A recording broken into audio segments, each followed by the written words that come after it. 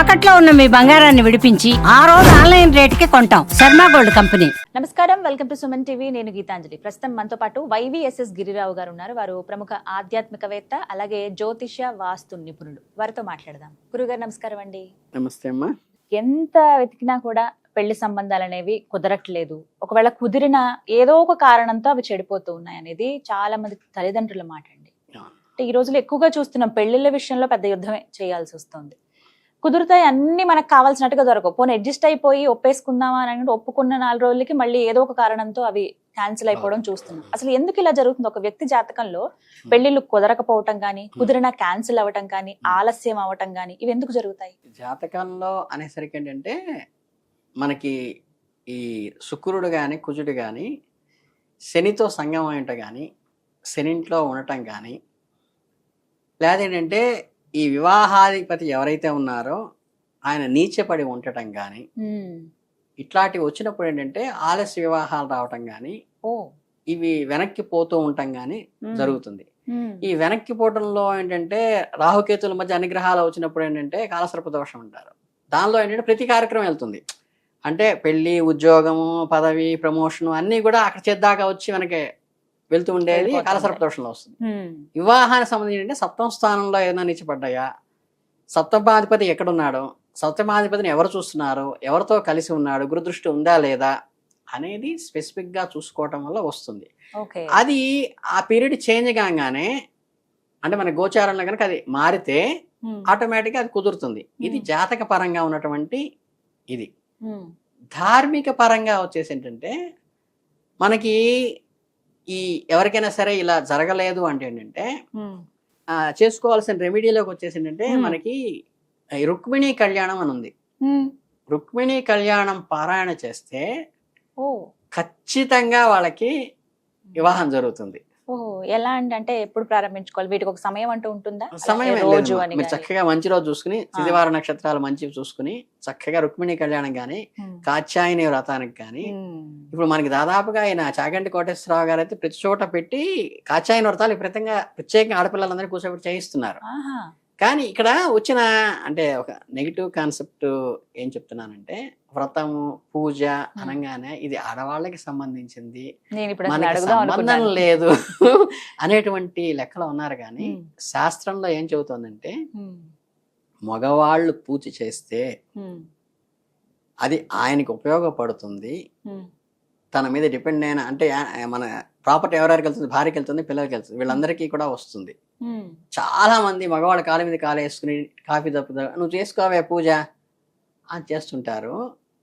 ఆడ మనిషి చేసిన పూజలో ఫలితం వాళ్ళ పిల్లలకే వస్తుంది తప్పితే మొగుడికి రాదు. ఇది అండర్లైన్ చేసుకోవాల్సిన విషయం. ఆఖరికి మనకి సత్యనారాయణ వ్రతం చేయాలన్నా, గృహప్రవేశం చేయాలన్నా, హోమం చేయాలన్నా, యజ్ఞం చేయాలన్నా భర్త పేరుతో సంకల్పం చెప్పి ధర్మపత్ని సమేతస్య అనే చెయ్యాలి తప్పితే భార్య పేరు చెప్పుకుని పత్ని సమేతస్య ఆయన కూడా రావాలంటే కుదరదు. శాస్త్రంలో ఎక్కడా లేదు. మనకి మతంలో కనుక వీళ్ళకి కన్వర్షన్ ఉంది, మన కన్వర్షన్ లేదంటే అప్పటికి ఇంకో మతం లేదు కాబట్టి కన్వర్షన్ లేదు. అలాగే శాస్త్రంలో ఎక్కడా కూడా భార్య పూజ చేస్తూ పతి సమేతంగా అంటానికి శాస్త్రంలో వచనమే లేదు. భర్త యజమాని చేస్తూ ధర్మపత్ని సమేతస్య అనాలే తప్పితే. అంటే పూజ చేయాల్సిన బాధ్యత ఎవరిది? భర్తది.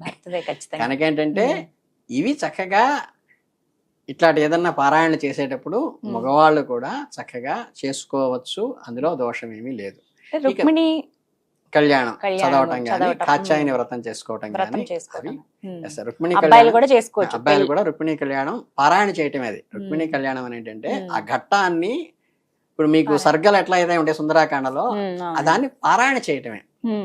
పారాయణ చేయటం ఏంటంటే ఆయన అనుగ్రహం కలుగుతుంది. తర్వాత ఏంటంటే మీకు ఈ రాధాకృష్ణులు ఉంటారు కదా, ఈ రాధాకృష్ణులు ఉన్నటువంటిది మనం దానికి చక్కగా మంచి మల్లెమాలగానే వేసి సాయం సంధ్య వేళ ఉంటుంది కదా, సూర్యోదయంలో సూర్యకిరణాలు పడటం అనేది ఎలా ఉంటుందో సాయంత్రం వెన్నెల పడేట్టు ఉంటుంది. వెన్నెట్లో రాధాకృష్ణులను పెట్టుకుని అక్కడ పాలు కానీ వెన్న కానీ, వెన్నలో కొంచెం తేనె కానీ వేసుకుని చంద్రరశ్మిలో పడేట్టుగా అక్కడ పెట్టుకుని ఓపెన్ గా దాని మీద అంటే చంద్రుడి యొక్క కిరణాలు దాని మీద పడేట్టుగా పడేలాగా. పెట్టుకుని ఆ రాధాకృష్ణుల బొమ్మని చక్కగా ఇది పెట్టుకుని ఆయన నివేదన పెట్టి గనక ఆ ప్రసాదాన్ని తీసుకుంటే కూడా చాలా అద్భుతమైన ఫలితాలు ఉంటుంది. ఓ పెళ్లి కానీ అబ్బాయిలైనా అమ్మాయిలైనా ఈ విధంగా చేయొచ్చు. ఇది ధార్మికమైన రెమెడీ. కర్మ సిద్ధాంతానికి వెళ్తే ఏంటంటే ఏదైనా సరే కర్మ మనకి చదువు రావట్లేదన్నా, ఉద్యోగం రావట్లేదన్నా, ఆర్థికంగా లాస్ అవుతున్నామన్నా, వీటన్నిటి కారణం ఏంటంటే పూర్వం ఆ పర్టికులర్ దానికి మనం ఏదో దోషం చేసి ఉంటాము. అటేంటంటే తెలిసి తెలియక చాలా దోషాలు మనం చేస్తూ ఉంటాం. మనం ఎవరైనా వివాహ సంబంధంలో కానీ మనం తెలిసి తెలియక ఇచ్చిన సలహానో, లేదా అబ్బాయి ఎలాంటిదో అమ్మాయి ఎలాంటిదో అని ఇచ్చిన సలహా కానీ, లేకపోతే వాళ్ళిద్దరు మధ్యవర్తం చేసుకునేటప్పుడు మనం ఏదో అన్న ఒక మాట వల్ల ఒక వివాహం చెడిపోవటం జరిగినా కానీ ఆ దోషం మన కుటుంబానికి, మన పిల్లలకి వస్తుంది. అంటే ఎదుటి వాళ్ళ వివాహ సందర్భంలో మన మాట వల్ల కానీ, మనం ఇచ్చినటువంటి సలహా వల్ల కానీ అది ఏదన్నా విచ్ఛిన్నమైతే ఆ దోషం కూడా వీళ్ళకి పట్టుకుంటుంది.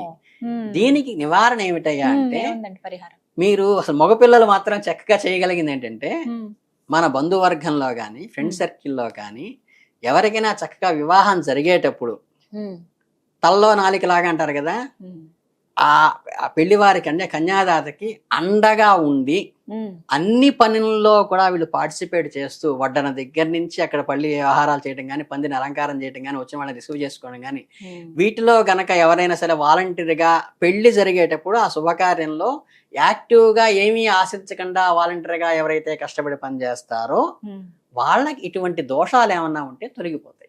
ఓ అదనమాట కారణం. చాలా వరకు పల్లెటూర్లలో ఎక్కువ చూస్తూ ఉంటాం, కలిసిపోయి పనిచేస్తుంటారు. ఇలా గనక ఎవరైనా పెళ్లిళ్ళు జరుగుతున్నప్పుడు ఇలా గనక మనం వెళ్ళి వాలంటరీగా చేస్తే మనకి ఏదన్నా ఇటువంటి దోషాలు ఏర్పడినప్పుడు దానికి ఇది రెమెడీ అవుతుంది. ఊరికే పూజలు చేయించడం, హోమాలు చేయించడం, వేలు ఖర్చు పెట్టడం కాదు. అందుకే అంటారా పెద్దవాళ్ళు, వేరే వాళ్ళు పెళ్లి అయితే వెళ్ళు, నీకు కూడా తొందరగా పెళ్లి అవుతుంది అని చేయడం. అంటే అక్కడ వర్క్ చేయాలి, అంటే నిస్వార్థంగా సేవ చేసినప్పుడు ఏదో ఒక పని ఆ ఫలితం మనకి వస్తుంది. అలాగే ఇప్పుడు అంటే మ్యాట్రిమోనియల్లో ఎంత టైట్ అయిపోయానండి. ఇప్పుడు నేను విప్ర కళ్యాణ్ అని ఒకటి బ్రాహ్మణ్ ఒకటి వాట్సాప్ గ్రూప్ లాగా పెట్టుకున్నా. కేవలం 30-40 మంది మా బంధువులతో పెట్టుకుంటే అది ఇప్పుడు 1964 మంది ఎవరెవరో తెలియదు నాకు. రోజుకు 25 మంది అమ్మాయిలు, అబ్బాయిలు వాళ్ళ తల్లిని ఏమండి గిరి గారండి మీ గురించి చెప్పారండి అని చెప్పి నాకు వాట్సాప్ లో పంపిస్తుంటారు. వాళ్ళు ఎవరో ముక్కు మొహాలు కూడా తెలియదు. అంతమంది అది యాక్చువల్ గా అసలు వాట్సాప్ లోనే 10-24 ఏమో క్లోజ్ అవుతుంది. అది ఎలా వెళ్ళిందో అది బ్రేక్ చేసుకుని 1964 మంది ఉన్నారు ఇప్పుడు నా గ్రూప్. అంటే ఈ రోజులు ఎక్కువ ఉండే ప్రాబ్లం ఏదైతే వివాహాలు, సంతానం అనేది కాలం. పూర్వం ఏంటంటే పెళ్లి చేసి చూడు, ఇల్లు కట్టి చూడు అంటారు కానీ ఇల్లు కట్టడం ఈజీ అయిపోయింది. ఇప్పుడు డబ్బులు పడేస్తే అయిపోతుంది. పెళ్లి చేయడం ఏంటంటే ఇంకోటి ఏంటంటే వీళ్ళు రకరకాల అంటే మా వాళ్ళలో ఎక్కువ నెగిటివ్ చేసుకుంటుంది ఏంటంటే అనవసరమైనవి పట్టించుకోవడాలు, అనవసరమైన ఇవన్నీ ఈ గోత్రాలు, జాతకాలు చూడొద్దంటల్లా. మినిమం గా చూడాలి. 18 పాయింట్స్ కన్నా, లేదా గ్రహమైత్రి మామూలుగా ఉందిలా చూసుకోవాలి. తప్పితే బాగా డీప్ గా వెళ్ళిపోయి చూడటం వల్ల అంటే వాటి వల్ల కూడా చాలా మంది ఆగిపోవడం కలుగుతుంది. కోరికలు కూడా విపరీతంగా పెరిగిపోయాయి, వెళ్తున్నాయి. ఏ టైంలో కావాల్సిన ముచ్చట ఆ టైంలో అయితేనే బాగుంటుంది. ఎందుకంటే ముందు చక్కగా వాళ్ళకి ఎదుగుతున్న వయసులో వాళ్ళకి కట్టేస్తే, అమ్మకి నాన్నకి గౌరవించే వయసులో అబ్బాయికి, అమ్మకి నాన్నకి గౌరవించే వయసులో అమ్మాయికి కడితే భర్తని భార్యని కూడా అలాగే గౌరవిస్తారు. వీళ్ళకి ఇండివిజువల్ గా కలిసి గదిలో నేను సింగిల్ గా ఉంటాను అనే సిద్ధాగా ఎదిగిన తర్వాత చేస్తే పెళ్ళైన తర్వాత కూడా గదిలో సింగిల్ గానే ఉంటారు. ఇవన్నీ ఏంటంటే ఇది సైకలాజికల్. ఎందుకంటే ఒకటి ధార్మికమైనది, ఒకటేమో కర్మ సిద్ధాంతపరమైనది, ఒకటేమో సైకాలజీ పరంగా ఉంది. జాతక పరంగా ముందు చెప్పాను. ఇన్ని రకాల కోణాలలో కారణాలు ఉన్నాయమ్మా. చాలా చక్కగా వివరించారండి. ధన్యవాదాలు. చాలా సంతోషం.